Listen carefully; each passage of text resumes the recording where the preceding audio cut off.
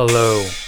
As you might have guessed from the intro of this video and also its title and the thumbnail. In this video I'll be starting my Turnip28 army with my Tough, the leader of the regiment. I recently received my Kickstarter package for the game's models, and most importantly, I roped a friend into playing the game with me. So now I've got no excuse not to build a gang of weirdos for it. And as I said, I'll be starting with the leader.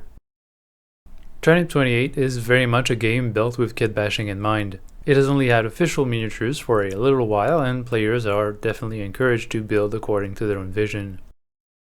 So the first thing I did was dive into the rulebooks. They are full of gorgeous illustrations, stories, and little comics that paint the dire mood of the land of Sist, where the game takes place. When I begin a new project like this, I usually have a hard time getting it started.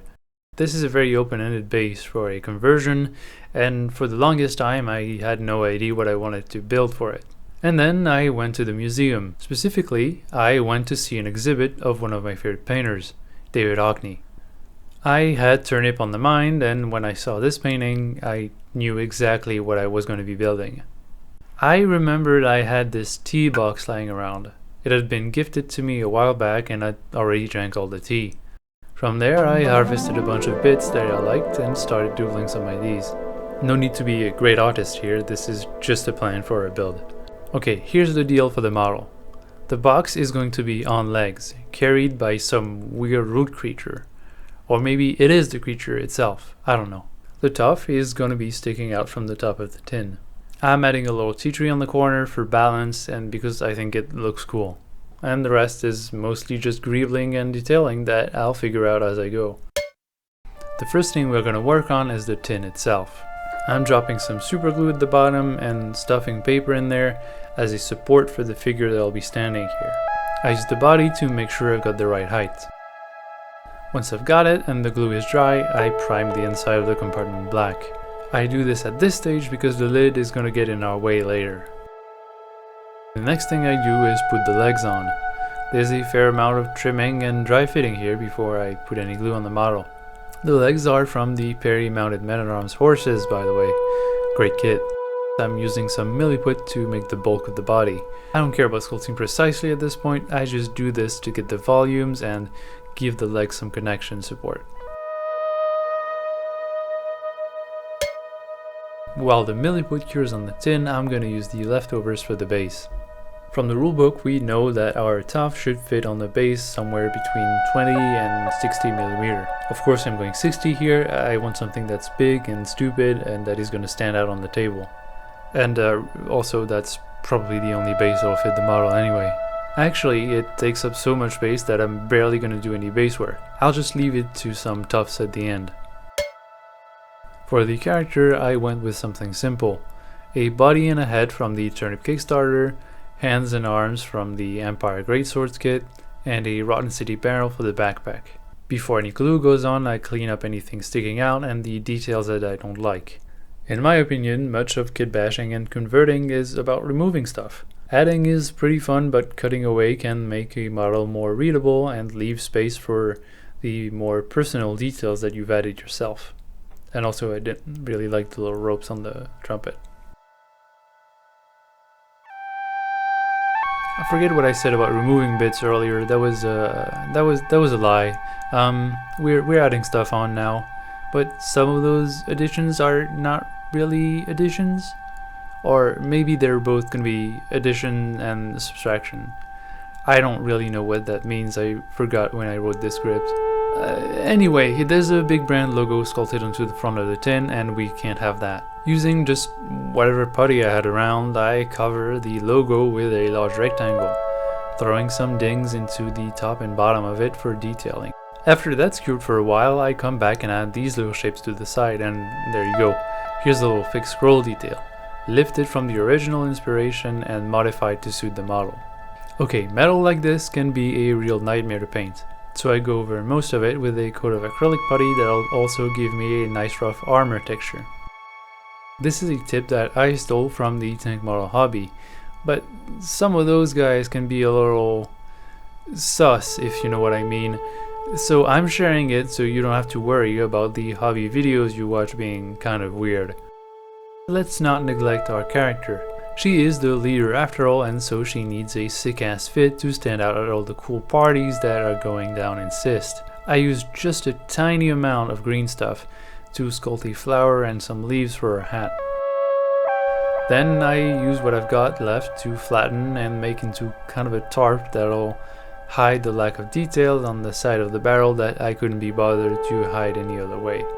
Then I just glue all the bits from earlier onto the model, sometimes with the help of a little putty to hide joints and add some weird roots and tendrils to the bottom of the tin. I did not do any of this when it came time to making the model because I couldn't be bothered. It's a wire tree. I've never made one, but can't be that hard, right? Here's the shape but glued to the tin.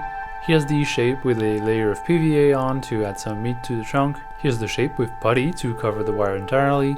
And here's the shape being, you know, a tree. We'll do the foliage right at the end. After a generous coat of various texture paints on the base and the model itself, it gets primed black. The paint job is going to be fairly straightforward. Again, I go back to my inspiration sources. Both the original tin and the Hockney painting share a black and red scheme that I'm going to be copying. Except since it's Turnip28 and everything is covered in mud, I'm going to change the black for brown. Looking through the fantastic work that other hobbyists have put out working on Turnip28, what I ended up liking the most were the very dark paint jobs that just have a couple of standout bright spots. So that's what I'm going to go for. Okay, the base coats are roughly done, but before drowning this thing in washes, we're gonna do the freehands. The lettering is done with a micron pen, and I leave it to dry out for a good bit. The ribbon and the shield is done with a brush. The reason I'm telling you this and not showing it to you is because I forgot to hit record. I am a professional filmmaker. Anyway, the wash is a mix of burnt sienna and something that's called bladder green, maybe? That doesn't sound right. They're mixed 2 to 1 and you know, it's an oil wash, you've seen those before. I'm not the most technically gifted painter out there. And also this is a very quick paint job, you know, you don't have to judge me based on just this one, you know, I can do better, I swear. I haven't been doing this hobby for a very long time, much less kitbashing models like this one. But really, that doesn't matter all that much. When I build and create my models, I'm not going for the smoothest blends or the most accurately highlighted Space Marine pinky or whatever. I'm building a piece that I like, that resonates with me and that I find interesting. Technical accuracy will come, I hope, and in the meantime, I'll keep making weird models inspired by what I see at the museum or when I go for a walk in the woods. To me, this hobby is about making art and sharing it with other people who have also made their own. And you know, playing a game every once in a while. But anyway, what I guess I'm really trying to say here is if you play an unpainted Grey Army, you should be in jail. Right, okay, here's the final bit. I take some cotton. Here it's beheaded cotton buds because that's just what I had lying around, and dip it into a mix of PVA and water. I sort of tease it into long stringy shapes and then drape it over the branches and around the tin. Once that's dry, it should be really hard. At this point, I use an enamel wash to tint the cotton green. Like I said at the start, I'm putting some tufts on the base, but also on the model, which is a staple of the Turnip28 aesthetic. They then receive a very heavy wash of some brown contrast paint. Since this is a Turnip28 model, I'm happy to really slop it on. It'll look really nasty as it dries, looking like it's caking the tuft fibers and left some droplets on. And yeah, here's the finished model. I'm really happy with it. It came out pretty great. Thank you for watching this video. I hope you liked it. If you didn't, I don't really care. You know, it's a YouTube videos. You've probably seen those before. If not, that's pretty crazy. I don't know where you've been. So yeah, you know what to do with the YouTube videos. You know the buttons.